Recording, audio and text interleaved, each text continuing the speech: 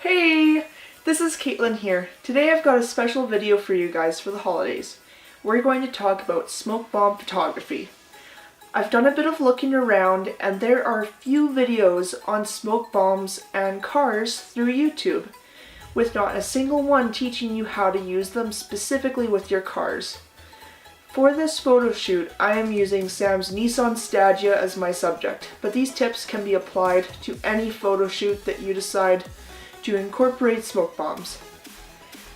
If you would like further information or tutorials on the use of smoke bombs and how to incorporate them into your photography, please leave a comment below and we will look into covering any questions you may have.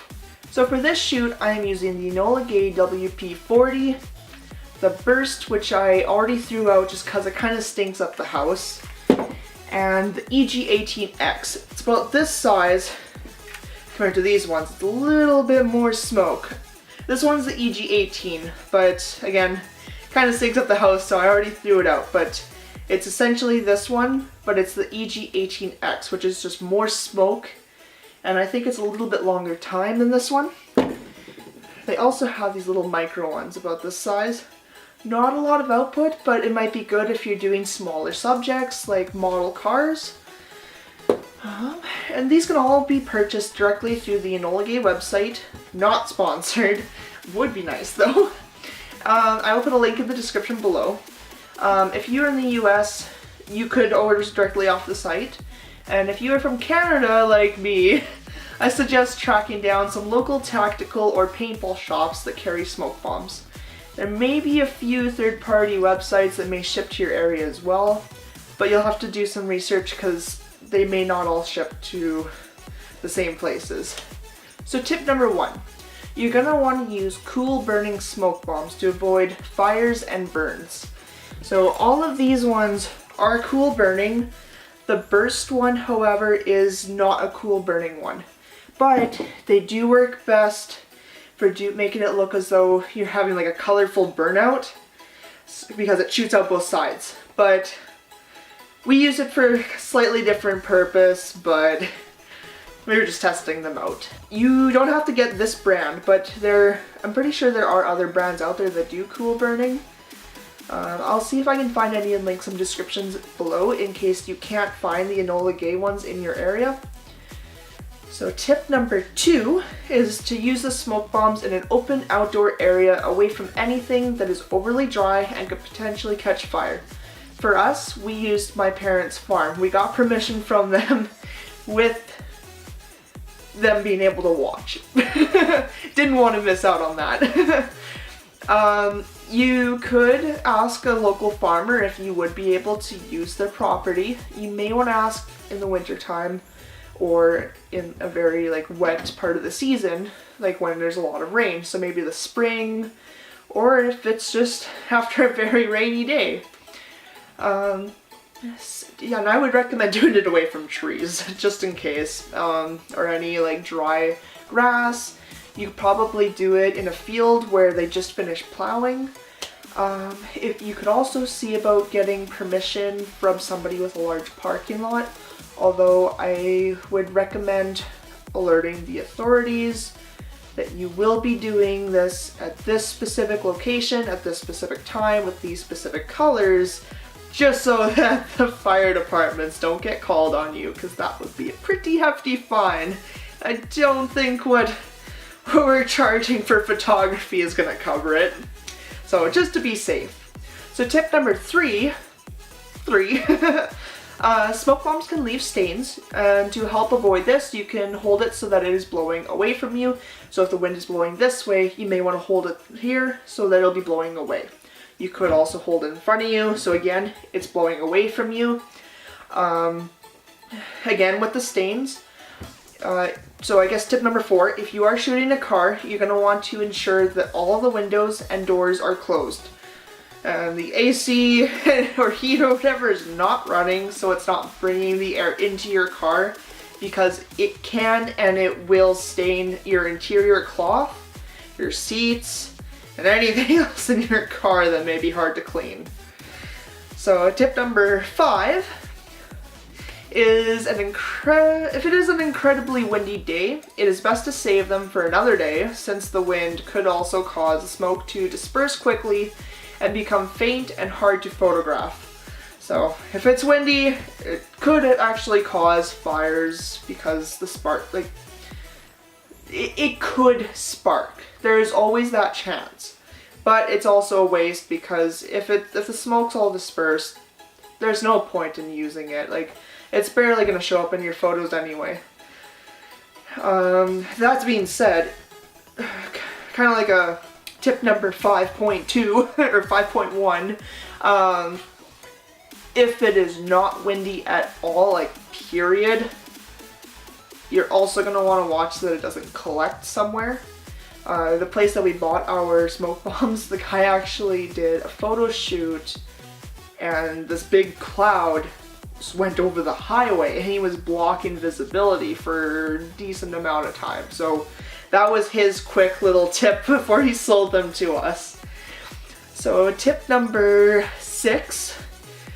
So we have decided, like, it's personal preference, but we think that the Enola Gay WP40, so that's these ones, would work best for models. And I'll pop up a picture on the screen, and this is of Sam, and we're taking a picture of him beside his car. So as you can see, not a lot of smoke, it's kind of dinky. We probably should have used another color. The red kind of blends in, but we'll get to that in a second. And tip number 7, Enola Gay EG18 and EG18X works best for cars. They are the most expensive, ranging around $25, but you're gonna get the biggest bang for your buck. I feel that they last a lot longer because you have more usable smoke in the pictures, and let's face it, cars are pretty big subjects, so we kind of need a little bit more smoke. And I'll put up a picture just so you can kind of see what I mean. We used the black one of the EG18X, so just to give you an idea. And then, so tip number 8, they are expensive, so you need to move fast. $25 a pop for cars, and I think it was around $12 to $15 for the smaller ones. You gotta pre-plan, and you gotta move fast. So that being said, tip number 9. If you want the smoke to be quite textured, then make sure to use high shutter speeds. It's practically essential if you really want to see that, compared to the lower shutter speeds where it's going to be a lot more smoothed out. So if you want textured and detailed smoke, high shutter speeds. Tip number 10. Make sure to have a light source if it is not bright enough outside with the high shutter speeds, because we all know once we get into the high shutter speeds, we gotta have light. You can also use the light source behind it just to give it another effect, to kind of bring out the details a little bit more. Okay, so tip number 11. Apparently I can't count today. Tip number 11. Learn color theory. Depending on the color of the vehicle you are shooting, you may want to use the opposite color or two corresponding colors. I'm going to pop up a picture on the screen, and this is of a color wheel. I'm sure as a photographer or an artist, you've probably seen one before. If you haven't, definitely recommend it, okay? It's always helpful to bring a color wheel with you if you're not sure. You can always print off one off the internet. And typically it will be the total opposite side, or you have to use the two corresponding ones, kind of in like a triangle.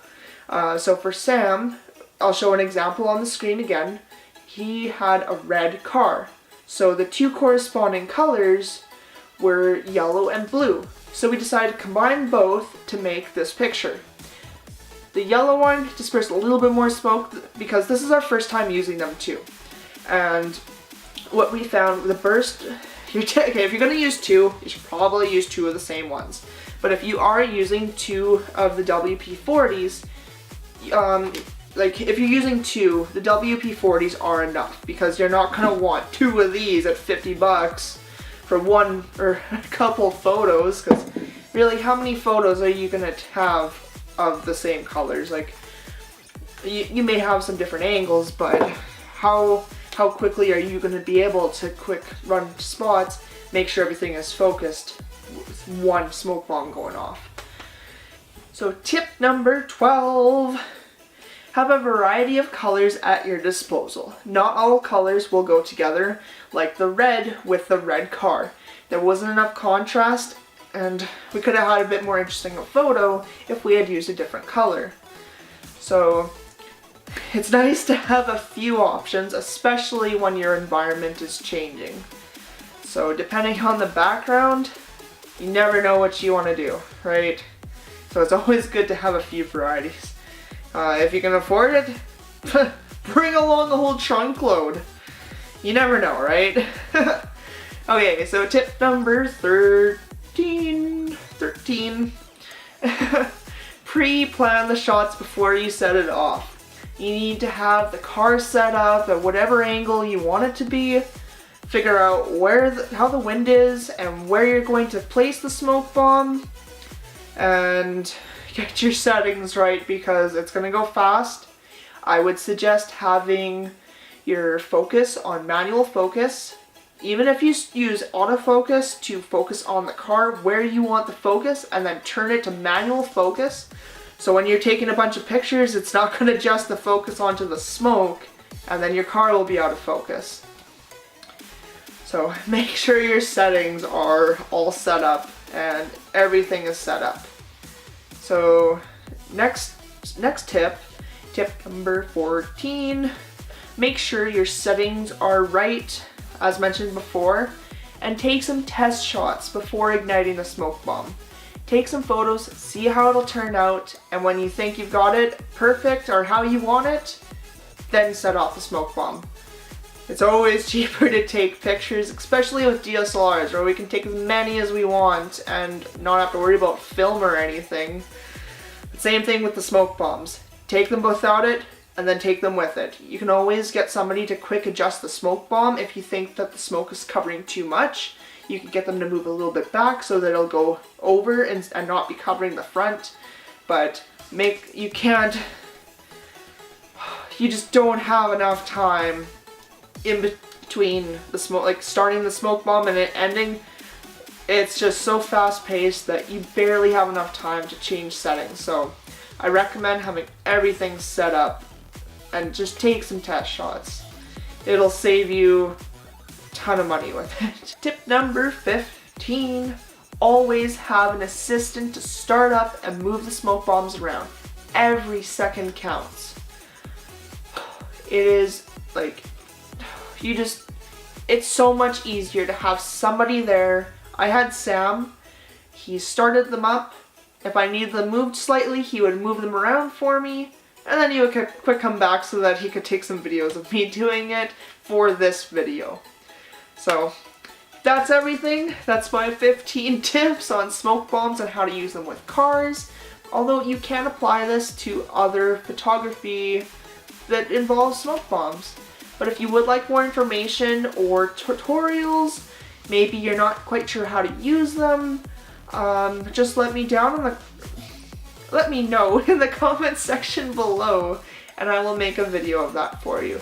Any questions you have, comment below, I'll cover it, I promise you that. Okay, thank you for watching, guys. Make sure to like this video, subscribe if you aren't already.